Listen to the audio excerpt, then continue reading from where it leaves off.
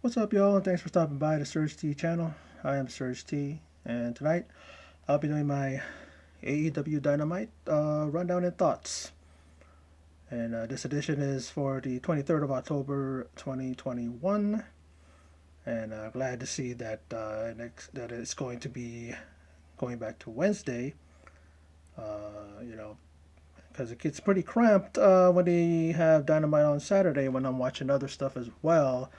But I get through it, then let's get through this. Now, Bryan Danielson will go against the natural Dustin Rhodes in the first round of the World Championship Eliminator Tournament.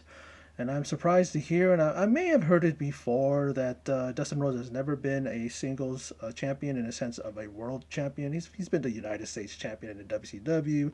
He's held the Intercontinental Championship. He's held, I believe he's held others, but maybe even the hardcore title back in the day.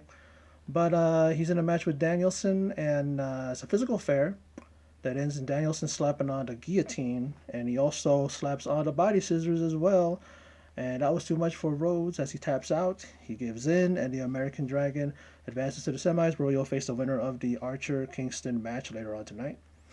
And Orange Cassidy, who advanced last week or this past week, will face the winner of the Dark Moxley Dark Order number 10 match.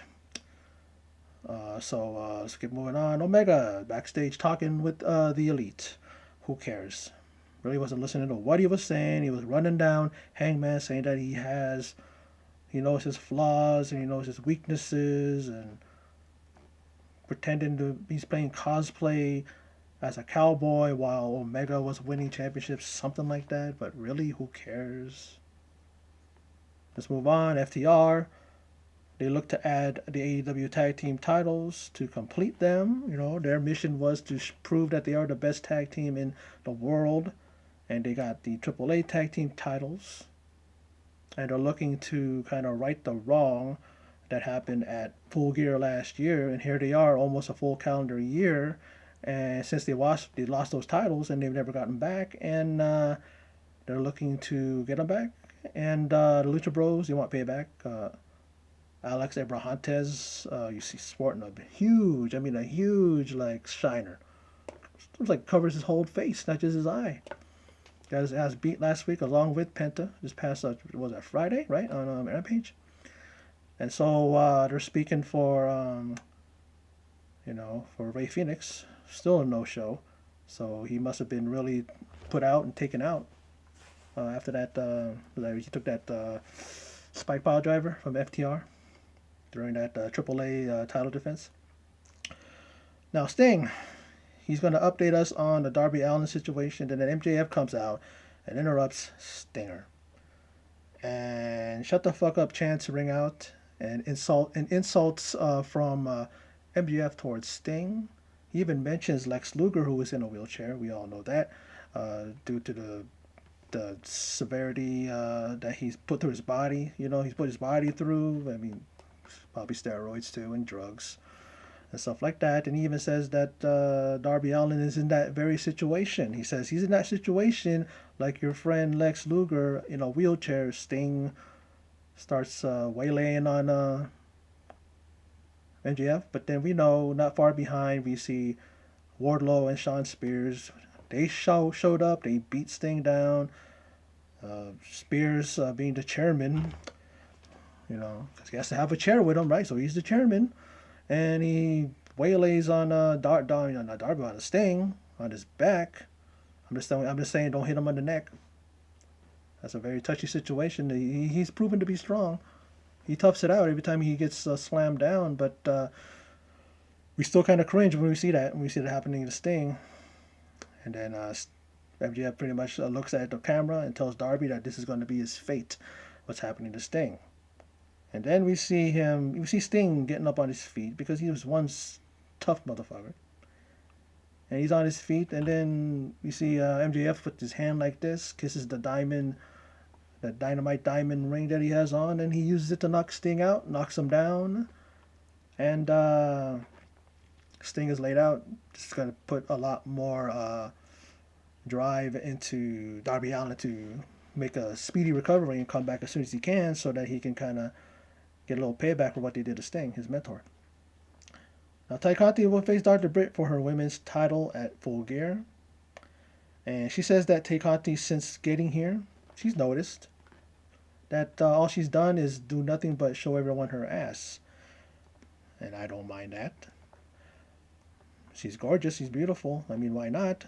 And then she says at Full Gear she's going to beat that ass that Tay Conti loves showing off.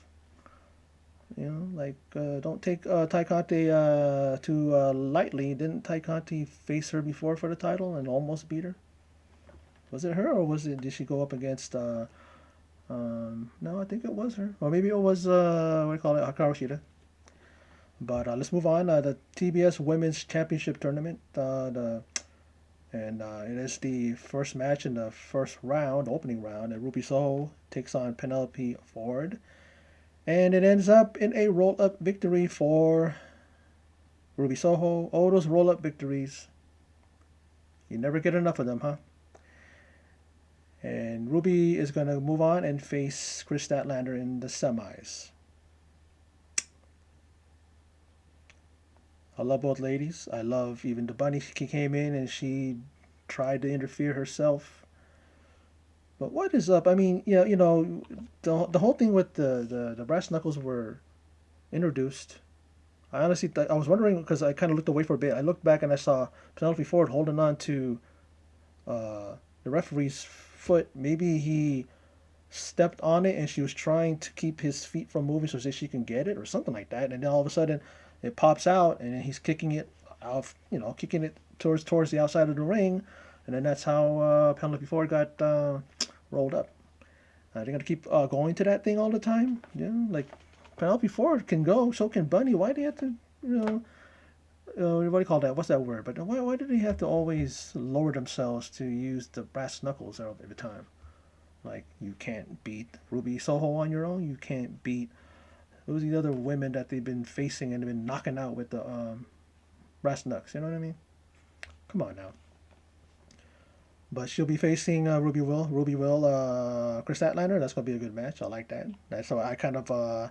That's what I believe that's one of the matches that I predicted that Ruby was gonna win, and she's gonna face Chris Statlander because I like that because it's gonna be an athletic, very high energy, very lot of offense. It's going to be a really fun match, and I can't wait to see it. Now Wardlow and MJF. Looks like they're going to be headed towards that rumored feud. You know, he's able to scoot out of that situation after Wardlow calls him out. He said, "What's that shit last week? You know, you put me in harm's way. You put me in front of you and Sting." And then, you know, MJF's like, "Dude, no, I was like, it was a situation. It was a fight or flight situation, and I didn't mean that. I had to get out of there, you know." And then he says, "Hey man, I got something for you," and he's gonna put him in a thing with an account. He's going to give him an accountability buddy, like, you know, accountability buddy for Wardlow. He's gonna get that for Wardlow, and it's Sean Spears. I'm still going, what the hell does that mean? You know, keep him busy so that he doesn't eventually turn on your ass and beat the living crap out of you. That's the build up right there. Those guys feud. People are looking forward to it. I kind of am. I mean, because I want to see Wardlow beat his ass, beat MJF's ass. He deserves it. Like ass beating every time. Because the guy is just nothing but an underhanded little crap, little shit. You know what I'm saying? Talking crap, talking shit all the time. You can back it up. You know, he's a tough motherfucker. But man, one of these days somebody's gonna be like, you know, no, not enough. You know, and beat his ass. People have said that in the past, and they've never done anything to him. I mean, he's still standing, right? There's no storyline that makes it to where they finally got the best of him, and then he got injured and he's out for a certain amount of time, and then, you know, storyline wise, right? And I've never seen that yet. Now Bobby Fish versus Anthony Green, and Fish may well pick up his second victory after losing against Danielson previously. I thought he was defeated, like he didn't have a winning streak at all, no wins. But I believe he did win his first match, lost to Daniel Bryan, and then in this match, he delivers a front kick and takes out Green and wins the match. And then CM Punk comes to the ring to aid Green, who was being beat down by Bobby Fish, and it looks like there's a hint of a match between these two, and I'm looking forward to that. I think these two will match up, and I think these two will they can easily, tear the house down if they give them enough time and they let them still tell the story in the ring and put all their offense out there and all of their moves that we know them for. They're both like mixed martial artists. They both are very, very well schooled in martial arts. They have pretty much seeming like the same move set. They're very, very familiar. So, we'll see. I mean, I'm looking forward to that, but when it happens, we never know. We'll see. Now, are Dante Martin and Leo Rush an official team? Well, Rush secured a tag team match against the Sydal brothers, much to the chagrin of Dante Martin, who is a friend of Matt Sydal. Rush even was talking crap about Matt Sydal, and Dante Martin kind of came to his aid, but it looks like he's trying to continually put a wedge between Dante Martin and the Sydal brothers, and then maybe his brothers. Brother's still out with an knee injury. And we'll see what happens when that match takes place. I don't know if it's going to take place on Dynamite. I'm trying to remember, but I don't know. And then the next match, the first round of the World Championship Eliminator Tournament is off to a destructive start. And even a fan gets chokeslammed onto Eddie Kingston on the outside. And we see like Archer, man. He had a scary moment as he hits his head landing on the mat after a moonsault attempt was missed. It was like when Brock Lesnar did the shooting star press against Kurt Angle at WrestleMania, and it landed really, really bad on his neck, and he wasn't the same after that. Throughout that match, I think he said something in an interview that he didn't remember the last Barcelona's match, like he was, you know what I mean. And here we see that happen to Archer, but it was a moonsault, and because of that, he looks dizzy. He was out in the ring. The officials were tending to him. He says he's okay. He can go. Gingerly rolls into the ring. He didn't roll back into the ring with any kind of, what do you call it? Any kind of intensity or anything, like any kind of, And it ends up that he gets rolled up by Eddie Kingston, and Eddie Kingston advances to the next round where he'll face Bryan Danielson in the semis. Another roll up. Loving the roll ups. There's always a roll up. Oftentimes. You count any of the matches on any show, doesn't matter what promotion. Maybe the majority of the wins, were roll-ups. I mean, I don't know why that's always the thing. That's always the case. Is it like a go-to?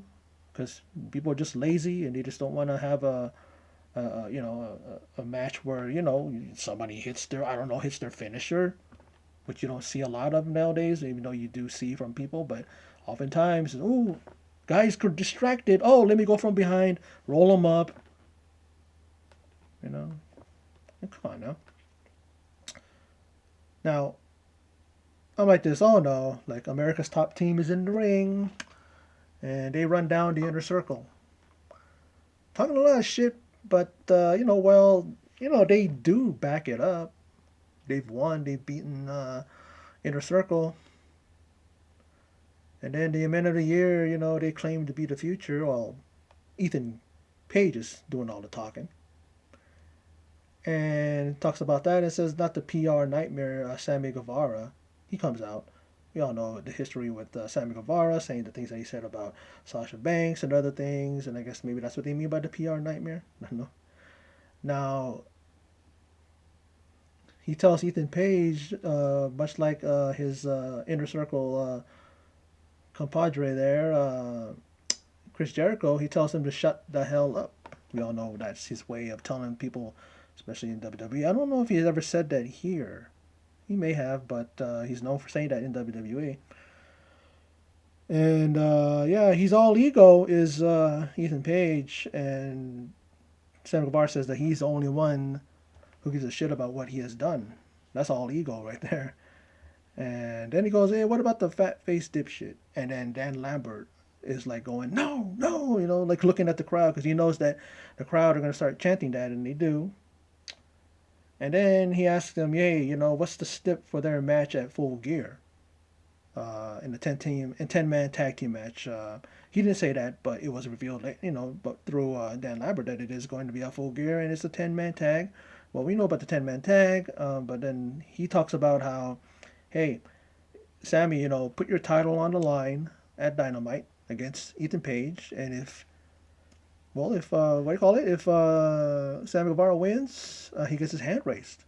But you lose, you not only lose your title, but you lose your spot in the inner circle forever. Before, remember, he decided to leave the inner circle because MJF became a member and he came back. But that's not going to be a situation here. If he loses, but then Sammy goes, hey, if we win or if I win, successfully defend my title, I get to select the members of America's top team who the inner circles are going to kick their asses. And then the American what do you call it top team, they try and rush Sammy, but his inner circle boys run the Men of the Year and Lambert off. And that was a cool segment. I liked it. It was. I guess I just gotta say that Dan Lambert. I don't know if anybody has made that comparison, but he reminds me of Bobby Heenan in his delivery and the way he can incite a crowd, calling people idiots and names and all that stuff. And that's what Bobby Heenan did so well. And he's really good. He's really good on the mic. I mean, I don't know if this guy is used by the AEW to teach these guys how to cut promos, but they got a good guy that can really teach them how. And you can tell that he's probably like everybody else, pretty much. They're allowed to do what they want to do. They're allowed to cut promos the way they want it. If AEW, any of the producers backstage, want them to say what they want them to say, they probably give them bullet points. But look, but from what I hear, they all are in charge of their own promos. That's pretty good, and he's really good at it. Really, really good. Now, so that, we'll see what that happens with that match. I mean, Sammy's kind of risking it all, putting his title on the line, but I don't see Ethan Page beating him because, come on, we want to see possibly the finish of this feud. With that 10-man tag at Full Gear. I want to see it. I don't want to see Sammy lose the title and then be no longer a member of Inner Circle, but I don't think it'll happen. But strange things have happened, right? Yeah. Now, Dark Order, they address the Elite, but then Hangman joins in discussion. And he's telling them that, hey, you know that the guys, Elite, are going to be showing up in Halloween costumes. They're going to face them on Dynamite. That's their Halloween edition. And then, are they getting along because the Dark Order were arguing over their Halloween costumes? I know, like, you know what I mean? This is silly, but it's funny. But hopefully they get it together, and let's see what kind of costumes they have when they had that match with the Elite. Now, Jungle Boy, he faces the associate stooge of the Elite, Brandon Cutler, and makes short work of him because he just locks in the snare trap and taps out Cutler in quick order. And then Jungle Boy is still feeling good and wants another Elite member to come out, and Cole comes out and accepts. Really? But then the Bucks blindside him and gang up on Jungle Boy. They delivered a double super kick, and then on the stage they bring him up there, and then they deliver a BTE trigger, followed up by a boom. They lay out Jungle Boy, and they're not done. First off, Nick and Matt give him a kiss. Jungle Boy while what do you call it, has him in the camel clutch, and Cole. And then they decide that's not enough, and they send Jungle Boy crashing through a table that's below the announcer desk. And what's his name? Luchasaurus couldn't make it because he was laid out last week, and they made Jungle Boy watch. And then this week, there was no Luchasaurus. Marco Stunt, don't know where he's at. He probably got taken out. They didn't mention him. But unfortunately, Jungle Boy's out, and this whole thing with him and the Elite continue. With him and Adam Cole, more specifically. Now, Miro chastises his god yet again. Has he forsaken him? Does this ever get different? Same old gag, different week. Let's move on. Now, Cody. Of course, he's having this match with Malachi Black, their third match. We all know that Malachi Black has won both matches. The first match was in considerably quick order, 5 minutes. And then we hear Cody sucks chants ring out, and I'm laughing. I'm going, holy shit, these guys, he really does receive heat from the crowd. And this, as he's battling Malachi Black, and then the crowd chants, Cody, Cody. I'm like, what the fuck? Why are you now chanting for him? I understand you're there, and I've been in the crowds, and I've been watching live events, and it does get infectious. You want to chant, but it's like you don't chant because it's cool. You chanted for Cody, saying he sucks, and then you're chanting for him, go, go, Cody, Cody, Cody. It's like, what the. Come on, people. It gets ridiculous when that shit happens, man. Now, a crossroads through the table on the outside, and it draws blood from Malachi Black. And yes, folks, this match, the third, like I said, between these two is very physical. And yes, Cody is bleeding from the forehead as well. I don't know when did they said why, how he did it, but as that's happening, Andrade comes out, and then his associate Jose gets a spine buster from Arn Anderson. Arn Anderson showing why he may well be the what do you call that, the architect of the best spine buster ever delivered. The guy continues to do it, and then Pac attacks Andrade and fights him back through the tunnel. Now we see a crossroads on Black. That ain't enough to keep him down. But Black delivers a diving stomp, a front kick, sending Cody into the ropes. When he bounces off, it's followed up by a high knee, and it's topped off with a German suplex pin attempt, but Rhodes kicks out. Now a back heel kick knocks Cody down, so he hit that back heel kick, but Cody Rhodes rolls to the outside, and we then see a display of flips and high offense and from both. Cody going through a tope suicida through the middle ropes. We see Malachi Black do that backflip moonsault off the top turnbuckle. A lot of good offense being shown here. But then Cody hits a crossroads. We're thinking, okay, he's setting him up for another one, but no, instead of a second one, he delivers a Tiger Driver 98. Tiger Driver 98. That's a tongue twister if I said that 5 times fast.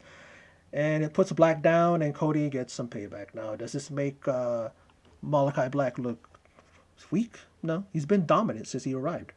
This was going to happen. This was going to happen, but he looked strong losing. He still hasn't lost that, that aura about him. He's still a bad motherfucker. The guy still commands, respect and commands people's fear. You know what I mean? So he's going to bounce back from this. This had to happen because Cody's looking for his retribution. Why not? I don't know if this is going to have more people hate him because, I don't know, there's been people that have been hating on Cody Rhodes, and just rumors that he's going to turn into a heel. Don't know. Let's see if that does happen down the road. He's been a heel before. Let's see what happens. But anyway, that's my rundown of thoughts on AEW Dynamite. I enjoyed it. I thought it was good, and it continues to just add to the anticipation of what's going to happen at Full Gear. We see some matches already being lined up and already coming to fruition. We're going to see these matches played out at Full Gear. The 10-man tag between Inner Circle and ATT is going to be good. It's going to be a fun one. Can't wait. But let's see if Sammy Guevara successfully defends his title. If not, they're going to be down one member. I don't know who they're going to have to replace Sammy Guevara, but he's confident that he's going to come through with this and come through it and defend his title successfully. But anyway, that's my video. So for those of you who stopped by and checked it out, I appreciate it. And in closing, as always, take care.